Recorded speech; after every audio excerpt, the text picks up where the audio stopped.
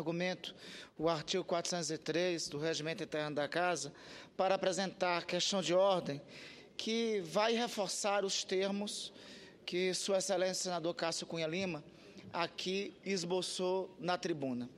Creio, senhor presidente, que antes de tratarmos do mérito da questão que Vossa Excelência traz para o plenário, é fundamental destacar que nós vivemos um momento dramático da vida nacional. Não é um momento de satisfação para nenhum dos colegas da casa que convivem com o senador Delcídio, mas é um momento em que nós temos que separar as relações pessoais ou o espírito de corpo para a necessidade do cumprimento da Constituição, e do funcionamento das instituições do Estado Democrático de Direito. Sem adentrar, senhor presidente, no mérito, quero aqui reforçar a questão da forma da votação que iremos proceder daqui a pouco. Em relação à forma que vamos proceder, senhor presidente, eu quero reiterar o que também já foi dito aqui. Ao que parece, na medida da apreciação da Emenda Constitucional 35, a Constituição da República passou a tratar o voto secreto como exceção e o voto em aberto no Parlamento como a regra do funcionamento. A exceção, ou chamado numerus clausus, o caso em que o voto secreto existe, está preceituado na Constituição. E ao que me parece, senhor presidente, não é o caso dessa situação.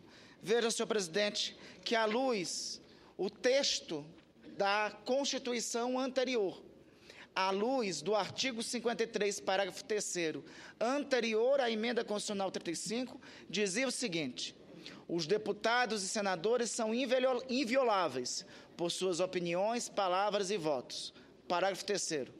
No caso de flagrante de crime inafiançável, os autos serão remetidos dentro de 24 horas à casa respectiva para que, pelo voto secreto da maioria de seus membros, resolva sobre a prisão e autorize ou não a formação de culpa. Ressalto, o texto anterior dizia pelo voto secreto da maioria de seus membros. O mesmo texto da Constituição, após a existência da Emenda Constitucional 35, que acabou com o voto secreto, passou ipsiliter a definir o seguinte: pelo voto da maioria dos seus membros, resolva sobre a prisão.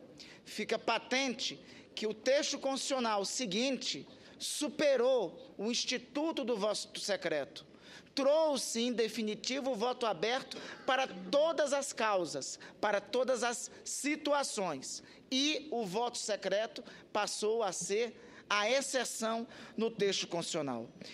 Embora, senhor presidente, o texto do nosso regimento interno diga diferente, mas há de se ressaltar e há de se destacar que não tem razoabilidade o regimento interno da Casa ser superior à Constituição. A Constituição é clara para a situação desta votação, como ela deve proceder.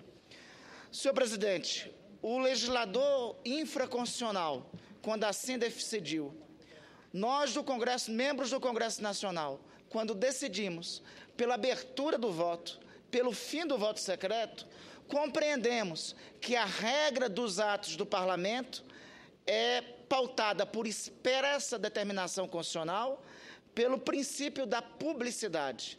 Este é o princípio primeiro que rege os nossos atos. Veja, senhor presidente, o Supremo Tribunal Federal reuniu nessa manhã sobre este caso. O Supremo Tribunal Federal é composto por brasileiros que não foram levados àquela corte pelo voto popular. Os brasileiros que integram, dentre os pré-requisitos, para os brasileiros que integram o Supremo Tribunal Federal, não está a eleição e a aclamação pelo voto popular. Veja que a turma do Supremo, que decidiu hoje de manhã, decidiu em sessão aberta e pelo voto aberto, e com o voto unânime declarado de seus membros. Logo, senhor presidente, seria impertinente, para não utilizar outro termo, aqui o Senado da República, em que os seus membros são elevados e trazidos para cá pelo voto popular, decidir uma questão de tamanha gravidade, uma questão única na história do país, desde o Império à República e passando pela República, decidir essa questão pelo voto secreto. É por isso, senhor presidente, que preventivamente alguns membros da Casa, eu incluso, apelamos para o Supremo para que esse princípio da Constituição fosse respeitado, e quero aqui destacar que, no meu entender, não há necessidade de que tenha uma decisão do Supremo em relação a isso. Nós, a mesa em primeira instância, em primeiro lugar, e subsidiariamente, se não a mesa, o plenário desta Casa, deve ter a prerrogativa de decidir, em cumprimento à Constituição, que o voto nessa matéria será aberto. Em momentos graves da vida nacional, senhor presidente, é que se impõe a maturidade e o dever de senso público dos homens públicos.